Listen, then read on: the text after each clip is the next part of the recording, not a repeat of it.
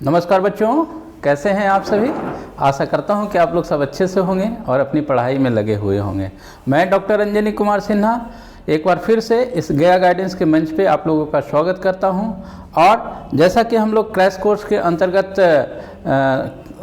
पाठ का संचालन कर रहे हैं, इम्पोर्टेंट जो चैप्टर है उसको मैं पहले पढ़ाया हूं और अभी मैं आज जो लेकर के आया हूं वह है लोकतांत्रिक जन संघर्ष एवं आंदोलन। ठीक है, इस चैप्टर को मैं आपको आज यह बताऊंगा कि यह कितना इम्पोर्टेंस रखता है आपके परीक्षा पॉइंट ऑफ व्यू से और किन किन चीज़ों को इसके अंतर्गत समझना आवश्यक है। मैं पूर्व के परीक्षाओं में आए हुए प्रश्नों को भी आपको दिखाता हूं ताकि आपको यह पता चल सके कि इस चैप्टर से कौन से प्रश्न आने की संभावना है। ठीक है, तो आइए बिना समय गवाए हम लोग शुरुआत करते हैं पाठ की। जैसा कि हम लोग हमेशा से शुरू करते रहे हैं प्रीवियस ईयर्स क्वेश्चन से, तो देखते हैं कि कौन कौन तरह के प्रश्न इसमें इस चैप्टर से आए हुए हैं। ठीक है, तो देखिए कहता है, पहला प्रश्न है कि बोलीविया में जन संघर्ष का मुख्य कारण जो है वह क्या था। पहला जो है वह है बोलीविया में जन संघर्ष का मुख्य कारण क्या था। और यह इंपॉर्टेंस देखिए, यह 2021 और 2019 दो वर्षों में यह प्रश्न जो है आया हुआ है। ठीक है, तो पहला ऑप्शन है पानी की कीमत में वृद्धि, खाद्यान्न की कीमत में वृद्धि, पेट्रोल की कीमत में वृद्धि, जीवन रक्षक दवाओं की कीमत में वृद्धि। ठीक है, तो देखिए वहाँ पर जो है गवर्नमेंट के द्वारा जो है ना वह पानी की कीमत में जो है वह बढ़ोतरी की जाती है और जिसके कारण जो है वहाँ की पब्लिक जो है वह गवर्नमेंट के विरोध में जाती है और अंततोगत्वा जो है फिर जो है उसके लिए सरकार को एक्शन लेना पड़ता है। यह हम लोग 9th क्लास में भी यह चीज़ें पढ़ चुके हैं। ठीक है ना, देखिए मैं पहले भी आपको कई बार बताते रहा हूँ कि जिस क्लास की आपको परीक्षा देना है उसके पहले की क्लास से यह बोर्ड एक्सेप्ट करता है कि वो चीज़ें उसको आती होगी। तो आप 9th के जो कक्षाएं हैं जो उसमें पढ़ना है उस चीज़ों को भी आप थोड़ा ध्यान रखेंगे तो बहुत आराम होगा आपको परीक्षा में आंसर देना। ठीक है, उसके बाद जो है दूसरा प्रश्न कहता है कि सूचना का अधिकार संबंधी कानून कब पारित हुआ था। सूचना का अधिकार जो है वह कब पारित हुआ था और यह प्रश्न की इम्पोर्टेंस आप देख लीजिए 2021, 2019 और 2019 दो बार मैं यहाँ पर क्यों लिखा हूँ, इस कारण से कि यह मॉर्निंग में भी आया है और इवनिंग में भी आया है। सेम प्रश्न जो है वह सुबह में भी पूछा जाता है और शाम वाली परीक्षा में भी वही प्रश्न रिपीट किया जाता है। इट मीन्स कि क्वेश्चंस जो है यहाँ पर रिपीट होता है, इसमें कहीं कोई जो है शक की बात नहीं है। और प्रीवियस ईयर्स क्वेश्चंस आप देखेंगे तो देखिए इसका जो है 21 में आया है, फिर 19 में आया है। कई ऐसे प्रश्न जो है जो एक ही प्रश्न को 5-5, 7-7 बार जो है प्रश्न पूछा गया। देखिए अगला जो प्रश्न है वह कितना बार आया है, 21, 18, 17, 14, 5 बार 4 बार जो है एक ही प्रश्न को जो है रिपीट किया गया है। तो जो मैं क्वेश्चन यहाँ पर आपको देता हूँ उसको आप जरूर जो है ध्यान रखेंगे। ठीक है, तो यहाँ मैं दूसरा क्वेश्चन डील कर रहा था, ऑप्शन है 2004, 2006, 2005 और 2007। तो 2005 में यह आया है, लेकिन यहाँ पर आप यह जान लें कि जब केंद्र सरकार 2005 में यह सूचना का अधिकार एक्ट लेकर के आती है तो उसके पहले भी कई राज्यों में इस प्रकार की व्यवस्था ऑलरेडी हो चुकी होती है। और यह आपका प्रीवियस ईयर क्वेश्चन भी है कि किस राज्य से सूचना के अधिकार की शुरुआत होती है। आगे यह प्रश्न आएगा, वो देखिएगा आप। ठीक है, अगला प्रश्न है कि संपूर्ण क्रांति का नेतृत्व जो है वह किसने किया है। ठीक है, तो यहाँ पर आंसर आपको दिख रहा होगा, जयप्रकाश नारायण हैं भी इसके जो है कर्ता धर्ता। इंदिरा गांधी, देखिए मैं एक मेथड आपको हमेशा बताता रहता हूँ कि जो है आपको आंसर अगर नहीं पता है तो उस ऑप्शंस को आप छाट के अलग अलग कर करके सही आंसर तक पहुंच सकते हैं। देखिए यह हम लोग जानते हैं कि संपूर्ण क्रांति जो है वह 1974 की घटना है। ठीक है, और यह जो है हम लोग जानते हैं कि महात्मा गांधी तो पहले ही जो है वह चले गए थे, जवाहरलाल नेहरू भी उस समय तक नहीं थे। तो दो ऑप्शन तो हम लोग आराम से इससे अलग कर सकते हैं ना। और हम लोग जानते हैं कि यह सारी व्यवस्था जो है वह इंदिरा गांधी के डिक्टेटरशिप का जो व्यवस्था चल पड़ी थी कुछ समय के लिए, उसको लेकर करके और उत्पन्न हुई। तो खूब आसानी से हम लोग 3 ऑप्शन छाट करके भी सही ऑप्शन तक, हमको नहीं पता है कि जयप्रकाश नारायण इसका आंसर है, लेकिन इन तीनों को हम छाट देंगे तो 4 आंसर जो ऑप्शन है उसमें से एक ही सही होगा। तो इस प्रकार आप सही आंसर तक पहुंच सकते हैं। ठीक है। उसके बाद जो है अगला प्रश्न कहता है कि किसके नेतृत्व में 1977 में जनता पार्टी की सरकार का गठन हुआ था। 2020 का यह प्रश्न है। और यहां मैं फिर एक चीज आपको हमेशा जो बताते रहता हूं कि चारों ऑप्शन को पढ़ने की जरूरत होती है। देखिए इससे जुड़ा हुआ प्रश्न जो है फिर अगले ही वर्ष आया हुआ है, तो इसका आंसर जो है वह मोरारजी देसाई है। मोरारजी देसाई ऐसे व्यक्ति रहे हैं जिनके नेतृत्व में पहली गैर कांग्रेसी सरकार जो है 1977 में केंद्र में गठित होती है। ठीक है। और इसमें ऑप्शन जो है कर्पूरी ठाकुर को आप जानने का प्रयास करेंगे। जगजीवन राम को हम लोग जानते हैं कि जगजीवन राम जो है हमारे संविधान सभा में भी शामिल थे। चंद्रशेखर जो है हमारे देश के प्रधानमंत्री बनने का उनको सौभाग्य प्राप्त हुआ है ना।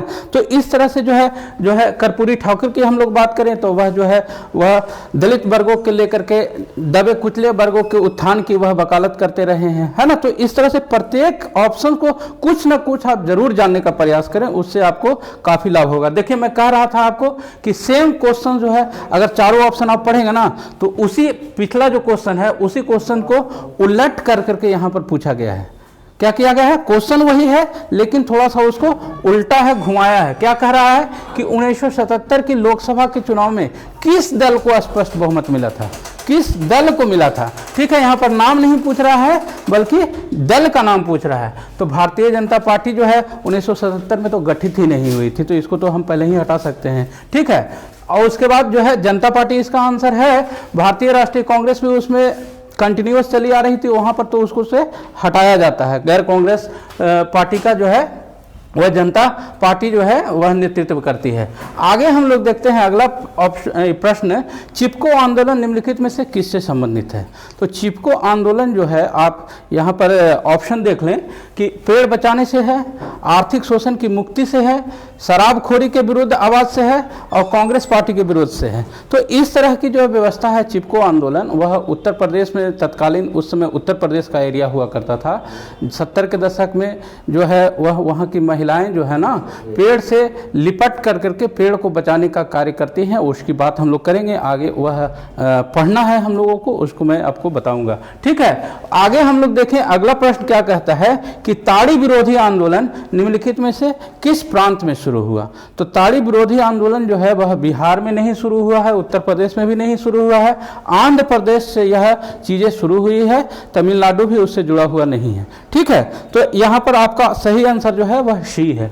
ठीक है। आगे देखें हम लोग कि नर्मदा घाटी परियोजना किस राज्य से संबंधित है। अब यहाँ पर देखिए ये प्रश्न जो है थोड़ा सा आपको कठिन मैं इसलिए कहूँगा कि अगर इस प्रश्न को आप सही करेंगे तब जब आपको मैप के सारे राज्यों की जानकारी होगी कि कौन सा राज्य कहाँ पर स्थित है। ठीक है।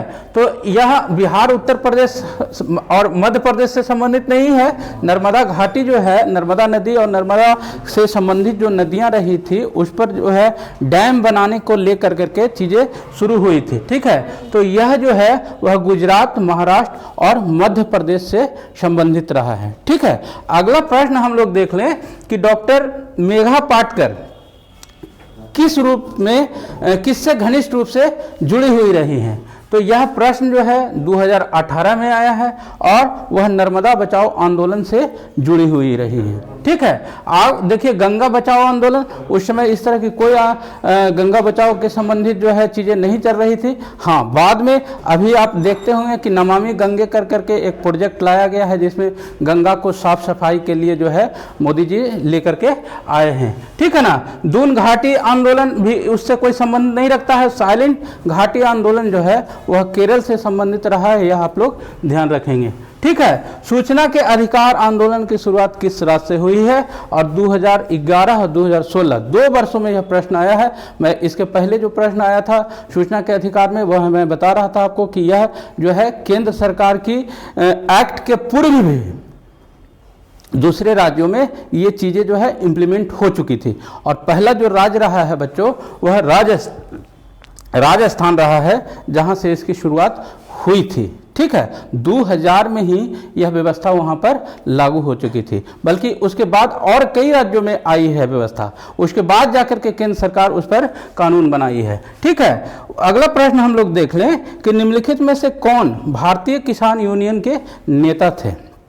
और यह प्रश्न जो है 2015 का है, और इसको आप अभी करंट के से नहीं जोड़ के देखना है, उसको हम लोग जब जो हमारे बुक की चीज़ है उससे संबंधित है उसको लेकर के चलना है। तो इसमें मुरारी देसाई इसमें इस तरह के आंदोलन से नहीं थे, इन लोग तो राजनीतिक बात से जुड़े हुए रहे हैं। जेपी नारायण भी जो है आपके संपूर्ण क्रांति से जुड़े हुए रहे हैं। महेंद्र सिंह टिकैत जो हैं इस चीज़ से जुड़े हुए हैं, और करेक्ट आंसर जो है यही इनका है। और इनके बेटे जो हैं अभी करंट जो कृषि आंदोलन चल रहा था कुछ समय पहले तक, उससे जो है वह जुड़े हुए हैं। ठीक है, तो आगे हम लोग थोड़ा सा यहाँ पर आप समझने का प्रयास करेंगे। ये कुछ प्रश्न जो थे MCQs आपके इस चैप्टर से आए हुए हैं। आप देखें हैं कि 11 क्वेश्चन जो है, 11 तो क्वेश्चंस का नेचर है, बल्कि 20 प्लस जो है वह यह क्वेश्चंस आया हुआ है, 20 बार करीब करीब आया हुआ है। तो प्रत्येक वर्ष 1-2 क्वेश्चन आ ही जाता है इस चैप्टर से ऑब्जेक्टिव के रूप में, और सब्जेक्टिव में भी 1-2 क्वेश्चन जो है, एक तो क्वेश्चन हर हाल में आता ही आता है, चाहे किसी तरह का रहे, आएगा इस चैप्टर से जरूर। ठीक है, तो अब हम लोग थोड़ा सा जो है कुछ इसके बारे में जान ले, ताकि जो है हम क्वेश्चंस किसी भी तरह घुमा के पूछे आप लिखने में सक्षम हो सकें। तो पहला चीज है जो हम लोग का चैप्टर का नाम है जन संघर्ष और एवं आंदोलन, उसके अर्थ को समझें कि यह क्या होता है। तो आप यह जान लें कि जो लोकतांत्रिक व्यवस्था जहां होती है वहीं पर जो है जन संघर्ष और आंदोलन जो है स्वाभाविक रूप से देखा जाता है। जो अन्य शासन व्यवस्थाएं रही हैं या रहती हैं उसमें किसी तरह के जन संघर्ष और आंदोलन की इजाज़त नहीं होती है, बल्कि उसको तो दबा करके कुचलने की बात होती है। ठीक है ना। और यह क्यों होता है? किसी भी सरकार से जब पब्लिक जो अपेक्षा रखती है उस चीज़ को वह गवर्नमेंट पूरा नहीं करती है, या कुछ ऐसे निर्णय करती है जो पब्लिक को पसंद ना आती हो, जो उसको अच्छा न लगे, तब जो है वह अपना विरोध करती है। और उस विरोध में जब एक बहुत बड़ा जन समूह खड़ा हो जाता है तो उसको आंदोलन का रूप माना जाता है। ठीक है, जैसा कि हम लोग पहले भी बात किए हैं कि प्रत्येक चीज के दो पहलू होते हैं, सिक्के के दो पहलू होते हैं। तो उसका जन संघर्ष जो है वह आंदोलन जो है उस वही दो तरीके से होता है। एक निगेटिव रूप में भी चीजें आती है और एक पॉजिटिव चीज में भी आती है। एक सकारात्मक पक्ष होता है और दूसरा उसका नकारात्मक पक्ष भी होता है। अब सकारात्मक पक्ष के अंतर्गत क्या होती है? जैसे ही कोई जो है समस्या आती है, कुछ विकृतियां उत्पन्न होती है गवर्नमेंट में, तो उसको दूर करने के लिए जो चीजें आती है उसको सकारात्मक रूप में लेकर के चलते हैं। लेकिन जब कोई ऐसी आम पब्लिक की यह धारणा हो जाए कि हमको गवर्नमेंट कम सुविधाएं मुहैया करा रहा है और इसको हमको ज़्यादा देने की आवश्यकता है, तो वह जब आंदोलन होता है तो वह निगेटिव रूप में आता है। यानी कि जो है आप किसी डिमांड को लेकर के जब मांग शुरू करते हैं, जो आवश्यक हो सकता है न भी हो सकता है, लेकिन छोटी छोटी चीज़ों को भी जब आप लेकर के आंदोलन करना शुरू करते हैं तो वह निगेटिव आंदोलन के रूप में निगेटिव पक्ष उसका जो है वह दिखाता है। ठीक है। अब देखिए, आप अगर हम लोग बात करें तो नवम वर्ग में आप लोग पढ़े भी होंगे कि चिली में किस प्रकार के जो है जन संघर्ष हुआ, नेपाल में किस प्रकार राजशाही जो है वह हटी और किस प्रकार लोकतांत्रिक व्यवस्था आई, है ना। पोलैंड में जो है आप लोग पढ़े होंगे कि वहाँ पर लेक वालेसा किस प्रकार जो है राष्ट्रपति बनते हैं, है ना। वहाँ पर साम्यवादी सरकार जो है वह गठन हुए रहता है और फिर जो है पब्लिक उसको किस प्रकार हटाती है। अब म्यांमार की अगर हम लोग बात करें तो वहाँ आज भी जो है वह सैनिक शासन की व्यवस्था बनी हुई है ना। तो इन चीज़ों को जो है इस दसम वर्ग में भी थोड़ा सा दिया हुआ है, जिसको अब मैं थोड़ा सा चाहूँगा कि वह आपको रिवीजन करा दूं, ताकि आप अच्छे ढंग से जो है उसको आप परीक्षा में अगर आ गया प्रश्न तो लिख सकें। तो देखिए, नेपाल की मैं थोड़ा सा आपको बात समझाना चाहूँगा कि नेपाल में किस प्रकार जो है लोकतांत्रिक शासन व्यवस्था की स्थापना की जाती है। देखिए, वहाँ पर एक राजा होते हैं वीरेंद्र विक्रम सिंह, ठीक है ना। तो वो जो है वह लोकतांत्रिक व्यवस्था के समर्थक रहते हैं और वो लोकतांत्रिक व्यवस्था की स्थापना करते भी हैं। लेकिन यही सब चीज़ें चल रही होती है कि अचानक जो है उनका हत्या हो जाता है। उनकी जब हत्या होती है तो नए राजा के रूप में जो है वह ज्ञानेंद्र आते हैं, और ज्ञानेंद्र जो है वह 2005 में जो तत्कालीन निर्वाचित सरकार रहती है, शेर बहादुर देववा जो वहाँ के प्रधानमंत्री होते हैं, उनको अपदस्थ कर देते हैं और फिर से एक बार राजशाही व्यवस्था को वह ला देते हैं। ठीक है, यानी कि जो संसदीय व्यवस्था वहाँ पर स्थापित होती है उसको वह समाप्त कर देते हैं और फिर से राजशाही व्यवस्था को लेकर के आते हैं। देखिए वहाँ के नागरिकों में जो है ना वो राजशाही परिवार के प्रति एक अलग लगाव है, वह नहीं चाहती है कि जो है हम उसके खिलाफ जाएं, लेकिन लोग यह भी नहीं चाहते हैं कि हम अपने राइट्स को छोड़ दें, जो हमारे लोकतांत्रिक मूल्य हैं उससे जो है हम अलग हो जाएं, है ना। इसी के कारण जो है वह वहाँ पर 7 दल जो है वह एक साथ आते हैं और एक संगठन होता है जो माओवादी संगठन जो होता है वह भी उसके साथ आ जाता है और लोकतांत्रिक सरकार की बहाली के लिए जो है उन लोग आंदोलन शुरू कर देते हैं। और यह आंदोलन जो है बच्चों यह ध्यान रखिएगा कि 6 अप्रैल 2006 से एक बहुत बड़े जन संघर्ष के रूप में सामने आता है और अंततोगत्वा 24 अप्रैल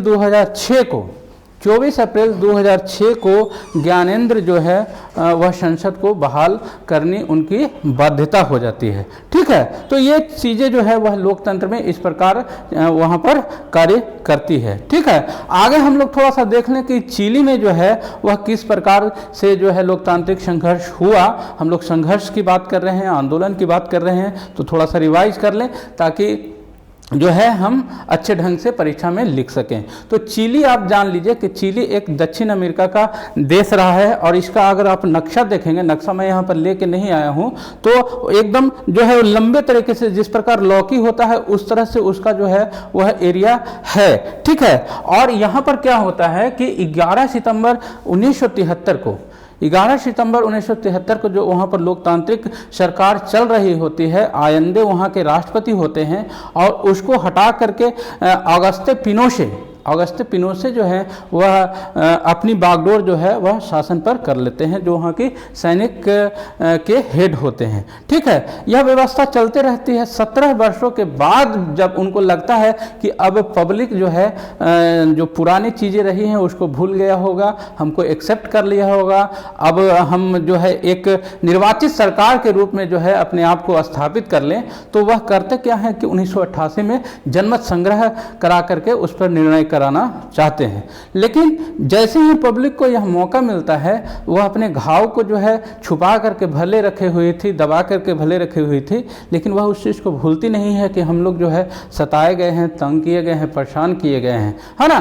तो वह उस जनमत संग्रह में पूरी तरह से पिनोशे को जो है नकार देती है, उसको खारिज कर देती है ना।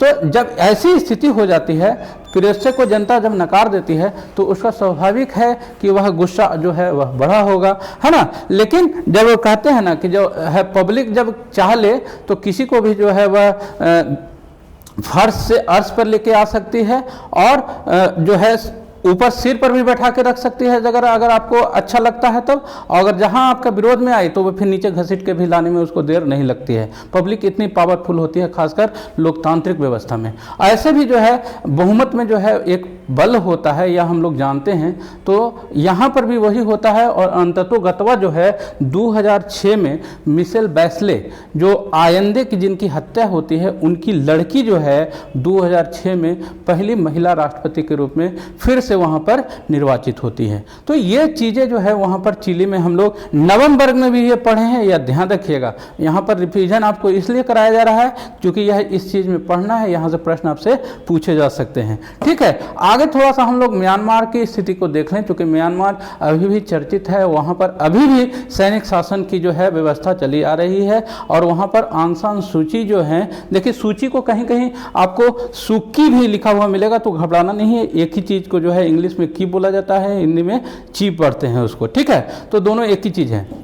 तो होता क्या है कि 1948 में म्यांमार जब आज़ाद होता है तो कुछ ही समय के बाद 1962 में वहाँ पर सैनिक शासन की व्यवस्था हो जाती है। सैनिक शासन जो है पावर हथिया लेता है, अपने कब्जे में ले लेता है पूरी व्यवस्था को। ठीक है, और यह व्यवस्था यहाँ पर 48 से आपको याद आना चाहिए कि श्रीलंका जो हमारा पड़ोसी देश है वह भी 1948 में ही आज़ाद हुआ है। ठीक है, यहाँ पर जो है 28 वर्ष तक जब वह शासन करता है और फिर वह सोचता है कि जो है हम निर्वाचन करा करके अपने आप को जो है एक निर्वाचित सरकार के रूप में देखें, तो 1990 में जब वह निर्वाचन कराता है तो आंग सान सूची की जो पार्टी होती है नेशनल लीग फॉर डेमोक्रेसी, वह जो है वह उसको बहुमत मिल जाता है। लेकिन वह बहुमत मिलता है तो वह उसको जो है एक्सेप्ट नहीं करता है, उसको अपनी हार बर्दाश्त नहीं होती है और अपना सीट जो है वह छोड़ने के लिए तैयार नहीं होता है। सैनिक सत्ता के जो बागडोर संभाले हुए रहते हैं लोग, ठीक है,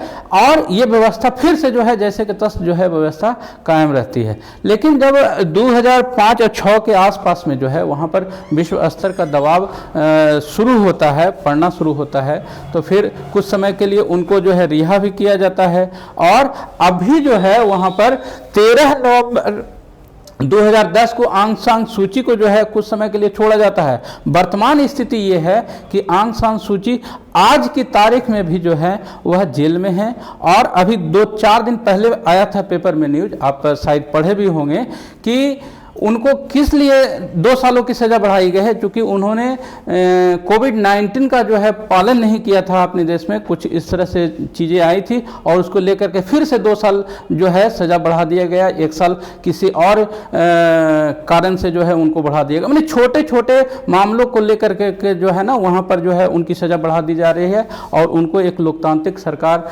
की जो व्यवस्था होती है वहाँ पर स्थापित करने का काम नहीं किया जा रहा है। तो ये अभी करेंट में भी चीजें चल रही है, जो व्यवस्था पहले थी आज भी वहां पर सैनिक शासन की व्यवस्था चली आ रही है, ठीक है। उसके बाद जो है अब थोड़ा सा हम आप लोग अपने घर में देखते हैं कि अपने घर में क्या हुआ है, क्या हमारे यहाँ भी जनसंघर्ष की चीजें रही हैं या नहीं रही हैं। तो हम लोग जानते हैं कि 1974 एक ऐसा साल रहा है जो जनसंघर्ष के रूप में जाना जाता है, संपूर्ण क्रांति के लिए जो है यह वर्ष जाना जाता रहा है। और उस समय हमारे देश के प्रधानमंत्री एक डिक्टेटर फॉर्म में नज़र आती हैं और कुछ इस तरह की कार्रवाइयाँ करती हैं कि जो है वह उसके खिलाफ पूरा देश जो है वह खड़ा होता है और कई सारे नेता जो होते हैं उसको उस समय जेलों में बंद कर दिया जाता है।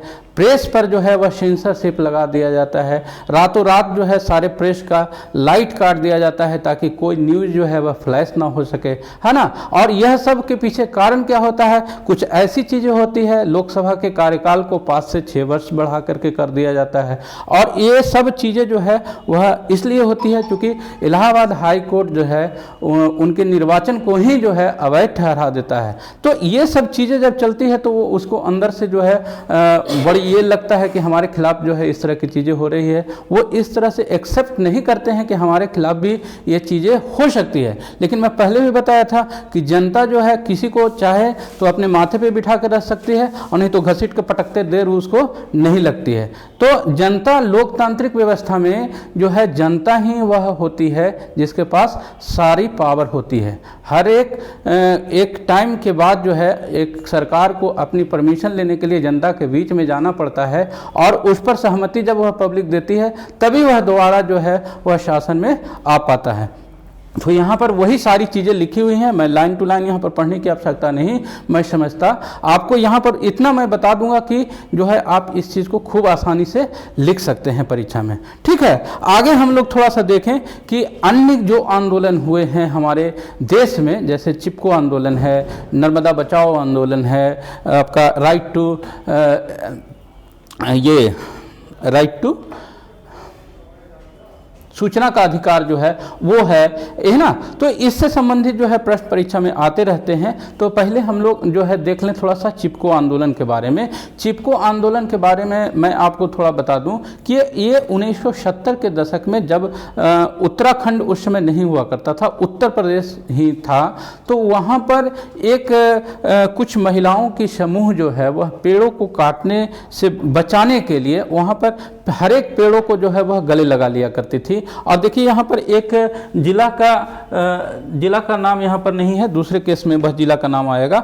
यहाँ पर जो व्यवस्था होती है ना, होता क्या है, इसके पीछे की हिस्ट्री मैं थोड़ा सा आपको बता दूं कि कुछ ग्रामीणों के द्वारा वन विभाग से यह परमिशन मांगा जाता है कि कुछ कृषि के कार्य के लिए जो है कुछ पेड़ काटने की इजाज़त हम लोग को दी जाए, लेकिन जो है वन विभाग के द्वारा जो है उस प्रस्ताव को खारिज कर दिया जाता है, एक्सेप्ट नहीं किया जाता है।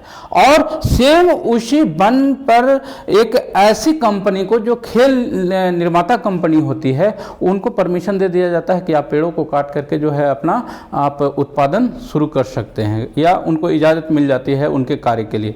इसी को लेकर के जो है ग्रामीण लोग जो होते हैं वह सरकार के खिलाफ जाते हैं, और जब पेड़ काटने के लिए कंपनी आती है तो वहाँ की महिलाएं जो है, एक दो नहीं सैकड़ों हजारों महिलाएं जो है वह पेड़ को जो है गले लगा लेती है, वहाँ पर पेड़ काटने से उसको वंचित हो जाना पड़ता है। तो ये कहानी जो है, कहानी नहीं ये सच्चाई है कि यह व्यवस्था जो है वहाँ पर पेड़ काटने से बचाने के लिए यह किया गया था। और यह आंदोलन जो है फिर सक्सेसफुल होता है। लोग यह कहते हैं कि जो है जल जंगल जमीन जो है वह स्थानीय लोगों के लिए है, और अगर यह हम लोग करते हैं, पेड़ काट कर करके खेल की सामग्री निर्माण करने के लिए दी जाती है, तो जो स्थानीय लोग जो हैं, जो उनकी आवश्यकताएं हैं वह पूरी नहीं होगी, और पर्यावरण से छेड़छाड़ का जो है हमको अलग से उसका खमियाजा भुगतना पड़ेगा। ठीक है, इस तरह की सारी चीज़ें जो है यहाँ पर लिखी हुई है, आप इसको बाद में भी डाउनलोड कर करके डिस्क्रिप्शन बॉक्स से देख सकते हैं। और यह एक सफल जो है आंदोलन रहा है। इस तरह की कार्रवाई के बाद जो है उत्तर प्रदेश जो गवर्नमेंट होती है उसको एक्ट लाना पड़ता है, और 15 वर्षों तक जो है रोक लगा दिया जाता है कि किसी प्रकार के पेड़ की जो है वह कटाई नहीं होगी। ठीक है, उसके बाद हम लोग दूसरा आंदोलन जो थोड़ा सा देख लें जिससे हम परीक्षा में आप लिख सकें। वह एक प्रश्न आते रहता है कि दलित पैंथर्स मूवमेंट जो है वह क्या था, दलित पैंथर्स आंदोलन जो है वह क्या था। तो नाम से ही आपको कुछ समझ में आ रहा होगा कि यह आंदोलन जो है कुछ पढ़े लिखे वैसे युवाओं के द्वारा शुरू किया गया था जो दलित वर्ग से आते थे, और वह शहर में रहकर कुछ झुग्गी झोपड़ियों में भी रहकर कुछ इतना पढ़ लिए थे कि वह यह देख रहे थे कि हमारे समाज के साथ जो है वह सही व्यवहार जो है वह नहीं हो रहा है। ठीक है, और इसको लेकर के वह एक 1972 में जो है महाराष्ट्र में यह चीज़ें चलती है, वो एक संगठन के रूप देते हैं, और इस संगठन के माध्यम से अपने वर्ग के पिछड़े हुए लोगों को वह एकजुट करते हैं, और राजनीति में आने की वह विचार रखते हैं गवर्नमेंट से, और विभिन्न माध्यमों से वह संविधान में जो व्यवस्थाएं की गई है उसको इम्प्लीमेंट करने की, व्यवहार में लाने की वकालत करते हैं, और इस तरह से आंदोलन चलाते हैं कि 1989 में जो है इस तरह के अत्याचारों को रोकने के लिए गवर्नमेंट को एक फिर से जो है वह एक्ट पास करना पड़ता है। तो ये आप समझ लें कि ये देखिए, एक रिपब्लिकन पार्टी ऑफ इंडिया से वह साठगांठ भी करते हैं पॉलिटिक्स में आने के लिए भी, लेकिन जो है उसमें उनको सफलता नहीं मिलती है। तो यहाँ पर यह जो आंदोलन रहा है वह दलित वर्ग के उत्थान से जुड़ा हुआ है, महाराष्ट्र से जुड़ा हुआ है, इतना आप जरूर ध्यान रखेंगे। ठीक है, उसके बाद जो है वह भारतीय किसान यूनियन का आंदोलन चला है। 1980 के दशक में जो है गेहूं और गन्ने के खरीद मूल्य के लिए जो है वह उसको बढ़ाने की मांग किसानों के द्वारा की गई थी, और बिजली की जो है नियमित सप्लाई कम दाम पर जो है उसको उचित दाम या मुआवजा के रूप में जो है व्यवस्था देने की बात गवर्नमेंट से की गई थी। किसानों के द्वारा कई प्रकार की चीज़ें जो है गवर्नमेंट से मांग की गई थी, जिसमें एक पेंशन की भी बात की गई थी, है ना। तो इसको लेकर के महेंद्र सिंह टिकैत जो उस समय हुआ करते थे वह एक बहुत बड़े नेता के रूप में उभरते हैं, और 17 मार्च 2005 एक ऐसा डेट है जिसमें दिल्ली में पूरे किसान जो है जमा होते हैं, और इस तरह की सपोर्ट में दूसरे राज्यों में भी कई कृषि संगठन बनते हैं, जिसमें देखिए आपको लिखा हुआ है यहाँ पर महाराष्ट्र में शेतकारी संगठन बनता है, कर्नाटक में रैयत संघ आदि नाम का जो है संगठन बनता है। ठीक है, तो यहाँ से भी यह भी आपका प्रीवियस क्वेश्चंस है कि भारतीय किसान यूनियन के आंदोलन क्या थे और उसका क्या प्रभाव पड़ा, ये चीज़ें चीज़ें जो है आपके परीक्षा में आई हुई हैं। ठीक है, दूसरा प्रश्न बनता है बच्चों यहाँ पर कि ताड़ी विरोधी आंदोलन, आप प्रीवियस क्वेश्चन में मैं आपको दिखाया भी था कि किस राज्य से जुड़ा हुआ है और क्या इसमें होता है। तो यहाँ मैं बता दूं आपको कि ताड़ी विरोधी आंदोलन जो है वह दक्षिण में आंध्र प्रदेश, एक डेवलप स्टेट के रूप में जाना जाता है, वहाँ से यह व्यवस्था शुरू होती है। होता क्या है कि जो है पुरुष वर्ग जो होते हैं परिवार के, वह ताड़ी के पीछे बहुत वहाँ दीवाना रहा करते हैं। ऐसे तो हर जगह ताड़ी लोग पीता है, कहीं कोई उसमें दो मत नहीं है, लेकिन वहाँ पर महिलाएं जो है वह ज़्यादा प्रताड़ित होते रहती हैं, घर की व्यवस्था जो है वह खराब होते रहती है। ठीक है, और इसी को लेकर करके वहाँ की महिलाएं जो है, देखिए एक यहाँ पर नेल्लौर जिला है, नेल्लौर जिला में कहता है कि 5000 गांव, अब थोड़ा सा अनुमान लगाइए कि 5000 गांव जहां पर जिस जिला में होगा उसकी जनसंख्या जो है वह कितनी होगी। गया जैसे जिले में जहां 24 ब्लॉक हैं और प्रत्येक अगर ब्लॉक में मैं एक अंदाज़ा भी लगाऊं तो 10 या 12 जो है पंचायत है, और एक पंचायत में करीब करीब 8 से 10 गाँव हैं। तो एवरेज अगर हम लोग लगाएं तो गया जैसे ज़िले में हम समझते हैं कि 3200 से ज़्यादा गांव नहीं होने चाहिए।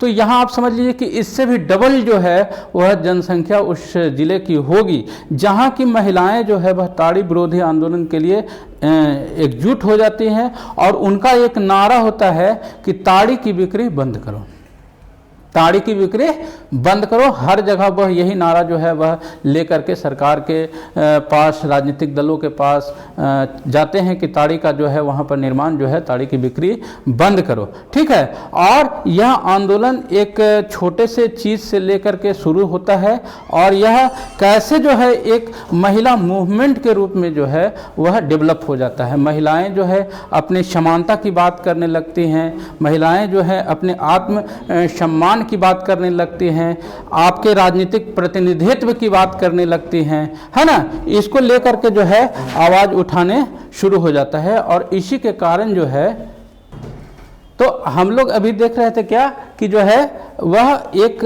ताड़ी विरोधी आंदोलन से लेकर करके फिर यह आंदोलन जो है वह चलना शुरू हो जाता है, महिलाओं के ओर मुड़ जाता है। महिलाएं जो है अपने अधिकार की मांग करने लगती हैं और अपने राजनीतिक पहुंच और राजनीतिक प्रतिनिधित्व की बात करने लगते हैं, जिसके कारण से हम लोग यह जानते हैं कि 73वां और 74वां संविधान संशोधन होता है, जिसमें महिलाओं को 33% आरक्षण की बात की जाती है। ठीक है, उसके बाद जो है हम लोग फिर थोड़ा सा देखते हैं नर्मदा बचाओ आंदोलन की। नर्मदा बचाओ आंदोलन में मेधा पाटकर जुड़े हुए हैं और यह आंदोलन क्यों होता है कि गवर्नमेंट जो है वह नर्मदा नदी और उसके सहायक नदियां जो होती है उस पर 30 बड़े, देखिए यहाँ पर लिखा हुआ है 30 बड़े, 135 मंझले और 300 छोटे बांध बनाने का निर्णय करती है।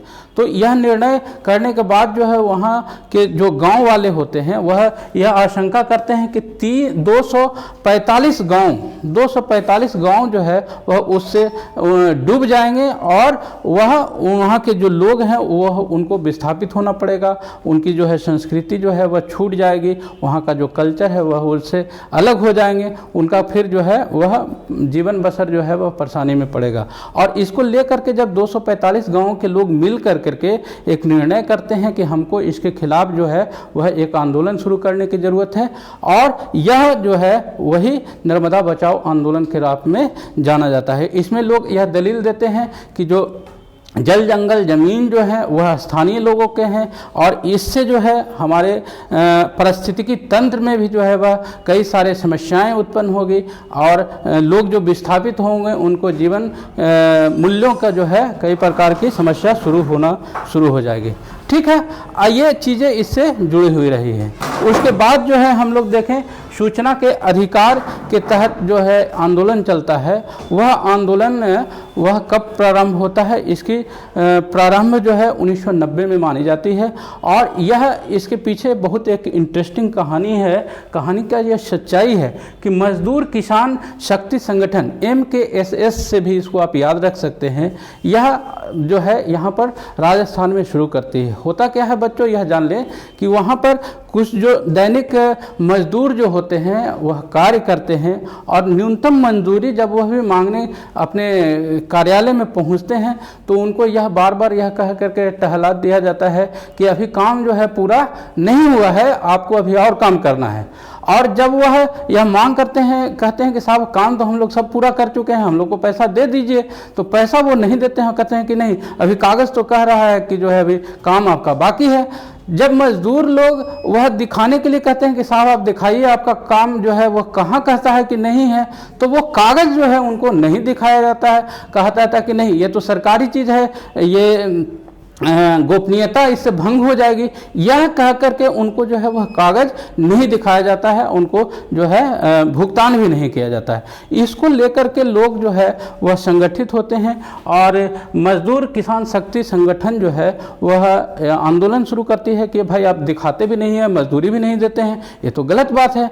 और वह जब मूवमेंट शुरू करते हैं तो अप्रैल 1996 में यह एक व्यापक रूप ले लेता है और फिर जो है अंततोगत्वा जो है 2000 में वहाँ की गवर्नमेंट जो है, राजस्थान की गवर्नमेंट एक्ट लाती है कि उसको सूचना देने की बाध्यता होगी। और यह जब वहाँ की गवर्नमेंट लाती है, कई राज्यों में और इस तरह के कानून बनते हैं, ठीक है। उसके बाद जो है 2005 में केंद्र सरकार की ओर से भी यह एक आता है, जिसके बाद हम लोग यह देखते हैं कि जो है प्रशासनिक व्यवस्था में कई तरह की पारदर्शिता आई है, लोग अपने कार्यों के प्रति जो है जवाबदेह हुए हैं।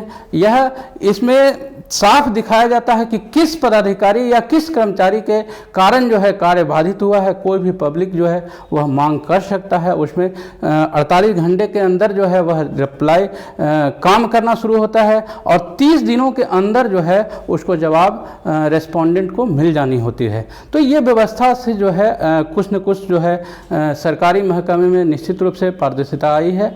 तो इस तरह की चीज़ें जो है वह अच्छी कही जा सकती है। आगे हम लोग इसमें जो है एक पॉइंट बात करेंगे, जनसंघर्ष में राजनीतिक दलों और दबाव समूहों की क्या भूमिका होती है। जो इंटरेस्ट ग्रुप जो होते हैं, विभिन्न जो कार्य करने वाले लोग होते हैं, जैसे एक वकील, शिक्षक या इंजीनियर, डॉक्टर, जितने भी लोग होते हैं आप देखते होंगे कि उनके एक संगठन बने होते हैं जो सरकार से उस पेशे से जुड़े हुए लोगों के संबंध में कुछ आवश्यक सुधार की मांग जो है वह करता है। कुछ उसके डिमांड होते हैं जिसको वह फुलफिल करने की मांग गवर्नमेंट से करता है। तो ये हित समूह जो होते हैं वह दो प्रकार के होते हैं, एक तो जो परंपरागत हित समूह होते हैं और एक आधुनिक हित समूह होते हैं। परंपरागत हित समूह में वह ग्रुप होता है जिसमें जो है आपका धर्म, संप्रदाय, जाति आदि से जुड़े हुए जो रहते हैं ना, उसमें वो शामिल होते हैं। जैसे देखिए यहाँ पर अकाली दल हुआ, विश्व हिंदू परिषद हुआ, कायस्थ सभा या पारसी सम्मेलन, ये सारे जो चीज़ें हैं किसी जाति विशेष या धर्म विशेष से जो जुड़े हुए रहते हैं वह आपको परंपरागत माने जाते हैं, ठीक है। और नए आधुनिक हित समूह कौन होते हैं? जो आपके जो है महिला संगठन से जुड़े हुए है, महिला उत्थान से जुड़े हुए है या उद्योग से जुड़ा हुआ है ना। प्रशासनिक अधिकारी जो होते हैं उनके संगठन जो है पहले नहीं हुआ करते थे, ये अभी नए ट्रेंड में चले हैं। तो ये जो है वह आधुनिक हित समूह के रूप में जाने जाते हैं। और इसमें और हम लोग क्या देखते हैं कि ये जो संगठन है, देखिए यहाँ पर दो अंतर आप समझ के चलिएगा कि जो राजनीतिक दल होते हैं और दबाव समूह होते हैं, दोनों का कार्य जो है वह आम पब्लिक के हितों की सुरक्षा करना होता है। लेकिन राजनीतिक दल जो होते हैं वह सत्ता में आ करके शासन व्यवस्था में शामिल हो करके सुधार के कार्य करते हैं, जबकि दबाव समूह जो होते हैं वह सरकार पर अपनी दबाव बना करके पब्लिक के लिए जो है वह सुधार के कार्य करते हैं, ठीक है। तो यहाँ पर दोनों में ये अंतर है, आप इसको समझेंगे। और यहाँ पर दबाव समूह को जो है हम लोग देखते हैं कि सरकार पर दबाव बनाता है, यह चीज़ें हम लोग देख चुके हैं। और इसको जो है अदृश्य सरकार के रूप में भी जाना जाता है। यह प्रश्न बन सकता है कि अदृश्य सरकार के रूप में किसको जाना जाता है, तो वह दबाव समूह को जानते हैं, इसको आप ध्यान रखेंगे। उसके बाद जो है हम लोग थोड़ा सा इसके कॉन्सेप्ट जो है इसके अंदर में हम लोग पढ़ चुके हैं। उसके बाद जो है कुछ इसमें क्वेश्चंस आए हुए हैं, जैसे दबाव समूह की परिभाषा दें, या फिर उसी से संबंधित आता है कि दबाव समूह से आप क्या समझते हैं, है ना। तो अभी जो हम चर्चा किए वही चीज़ सारी इसमें लिखी हुई है। उसके बाद जो है चिपको आंदोलन के मुख्य उद्देश्य क्या हैं, 2017 और 2019 में यह प्रश्न आया है ना।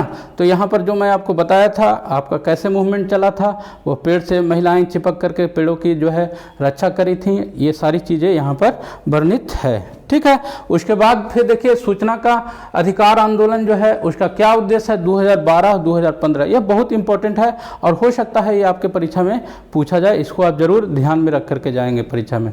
ठीक है, तो यह आप देख लीजिए, यह सारी चीज़ें आपको यहाँ पर मैं लिख करके भी दिया हूँ, बताया भी हूँ, वो आसानी से आप इसको लिख सकते हैं। उसी के बाद फिर जो है सूचना का अधिकार कानून लोकतंत्र का रखवाला है। कैसे, यहाँ पर सारे चीज़ों को जो है रिस्पॉन्सिबल किया जाता है, जवाबदेह माना जाता है, उनसे पूछा जाता है कि आप काम किए नहीं किए तो क्यों नहीं किए, उनसे कारण पूछा जा सकता है। पब्लिक जो है वह जानकारी ले सकती है, एक 10 रुपये का पोस्टल ऑर्डर लगा करके आपसे कहीं भी जो है पब्लिक आज पूछती है और उसको जवाब देने की बाध्यता होती है। अगर आप जवाब नहीं देते हैं तो फिर जो है आपको उसके लिए जो है आगे क्या लेवल बना हुआ है, जिले के लेवल पे, राज्य के लेवल पे सूचना अधिकारी होते हैं जो फिर सुनवाई करते हैं, फिर बहुत तरह की जो है उनको दंड की भी व्यवस्था की गई है। तो यहाँ पर जो है यह लोकतांत्रिक व्यवस्था में यह अच्छा हथियार है पब्लिक को मिला हुआ। उसके बाद देखिए यह दीर्घ उत्तरीय प्रश्न के रूप में भी यह बना है, तो इसकी इंपॉर्टेंस बच्चों है, मैं इसलिए बार बार आपको कह रहा हूँ कि यह क्वेश्चन आप जरूर ध्यान रख करके परीक्षा में जाएंगे। सूचना के अधिकार अधिनियम 2005 का संक्षिप्त विवरण अपने शब्दों में लिखें, तो यह इम्पॉर्टेंट है। उसके बाद हम लोग क्लास के अंत में पहुंच चुके हैं। कुछ मैं इस चैप्टर से जुड़े हुए ऐसे प्रश्न लेकर के आया हूं जो अभी तक पूछे नहीं गए हैं, लेकिन हमको लगता है कि यह इम्पॉर्टेंट है, तो कुछ आपके लिए दे दिए हैं। जैसे जंग संघर्ष की क्या उपयोगिता है, लोकतांत्रिक शासन व्यवस्था में हित समूहों की क्या उपयोगिता है, भारत में 1974 के जनसंघर्ष का वर्णन करें। ठीक है, जनसंघर्ष में राजनीतिक दलों एवं दबाव समूहों की क्या भूमिका है, नेपाल में लोकतंत्र की वापसी का सविस्तार वर्णन करें। क्योंकि नेपाल और भारत के संबंध अभी कुछ जो है थोड़े करंट पॉलिटिक्स में भी रहे हैं, इस लेकर के मैं समझता हूं कि यहाँ से भी प्रश्न बन सकते हैं। तो यही थी आज की क्लास। आई होप ये आज सारी चीज़ें आपको अच्छे से समझ में आई होगी और इसको आप ज़्यादा से ज़्यादा जो है लाभ उठा रहे होंगे। इससे मिलते हैं फिर अगले कक्षा में, तब तक के लिए बाय।